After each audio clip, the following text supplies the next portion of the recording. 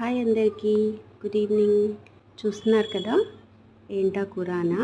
తోటకూర పాలకూర కలిపి వండానండి. అందులో కొంచెం ఎర్రకంది పప్పు వేసాను. ఎర్రపప్పు అంటారు కదా, అది చాలా చాలా కమ్మగా ఉంది. సో ఎలా చేశానో చూద్దామా. ఒక సగం గ్లాసేనండి, టీ కప్ అంతా ఎర్రకంది పప్పు తీసుకొని దాన్ని హాయిగా వాష్ చేసేసుకున్నాను.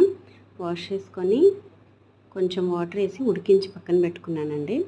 ఇంకా ఆల్రెడీ తాలింపు పెట్టుకున్నాను. ఉల్లిపాయలు, పచ్చిమిరపకాయలు అండ్ కొంచెం కరివేపాకు వేసి వేయించుకున్నాను. అందులో ఫ్రెష్గా అల్లం వెల్లిపాయ వేసామండి.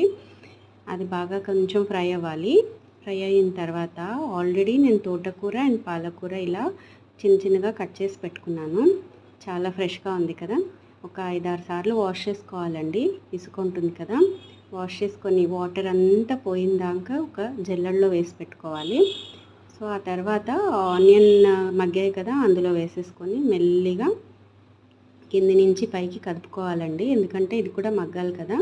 సో కొంచెం పసుపు యాడ్ చేసుకున్నాను.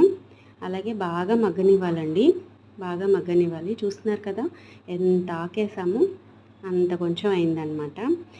సో బాగా మగ్గిపోయి దగ్గరికి అయిపోయింది. అప్పుడు అది బాగా వేగిన తర్వాతే మనము సాల్ట్ యాడ్ చేసుకోవాలి. ముందే సాల్ట్ వేసాం అనుకోండి, అది వాటర్ వస్తుంది, ఆల్రెడీ వాటర్ ఉంటుంది. సో మంచిగా వేగదనమాట. కొంచెం వేగిన తర్వాతే సాల్ట్ వేసుకోవాలి. సాల్ట్ వేసాక మళ్ళీ వాటర్ వస్తున్నాయి చూసారా.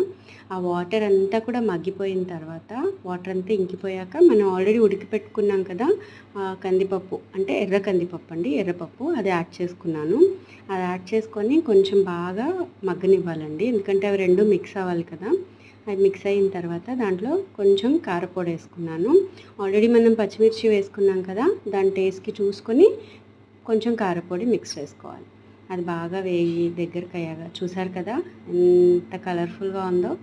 టేస్ట్ కూడా అంతే కమ్మగా ఉందండి. ఫస్ట్ టైం చేసుకున్నాను నేను, ఎప్పుడు నార్మల్గానే వేయించుకుంటాను. సో ఇంకా అలాగా ప్లేట్లో కాస్త అన్నం పెట్టుకొని అంత కర్రీ వేసుకొని కలిపి తింటే